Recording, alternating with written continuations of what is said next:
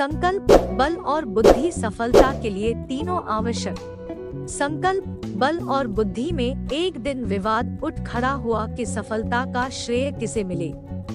संकल्प कहता है कि मेरे बिना सफलता नहीं मिलेगी। बल और बुद्धि भी कहता है कि हम लोगों के बिना भी सफलता नहीं मिलेगी। इस प्रश्न पर तीनों ने स्वयं को अधिक महत्वपूर्ण बताया। तीनों अपनी अपनी बात पर अडिग हो गए।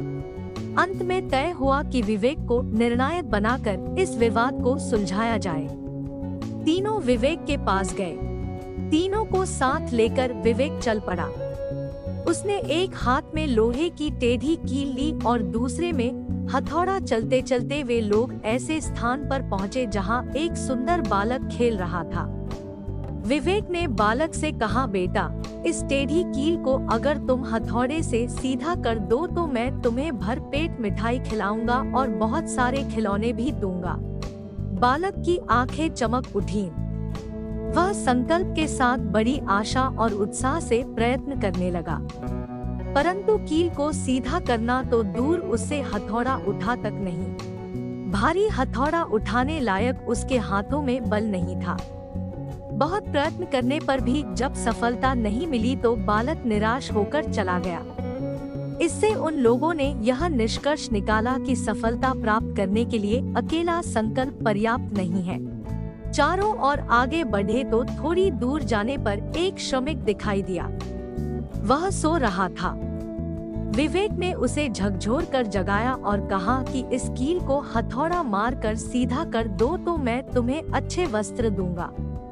उनीदी आंखों से श्रमिक ने कुछ प्रयत्न भी किया, परंतु नींद की खुमारी में उसने हथौड़ा एक और रख दिया और पुनः सो गया।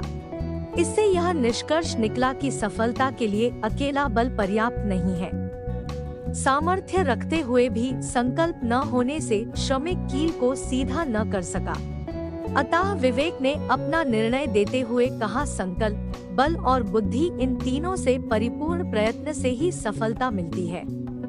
अलग अलग रूप में आप तीनों अधूरे एवं अपूर्ण हैं। दोस्तों, हम सब भी यही करते कि सफलता पाने के लिए संकल्प तो ले लेते हैं, परंतु उस पर बल और बुद्धि का उपयोग नहीं कर पाते हैं, जिससे कि हमें सफलता नहीं मिलती है। सफलता पाने के लिए संकल्प, बल और बुद्धि तीनों की आवश्यकता होती है। दोस्तों, कहानी अच्छी लगी हो तो प्लीज लाइक और सब्सक्राइब कर दें।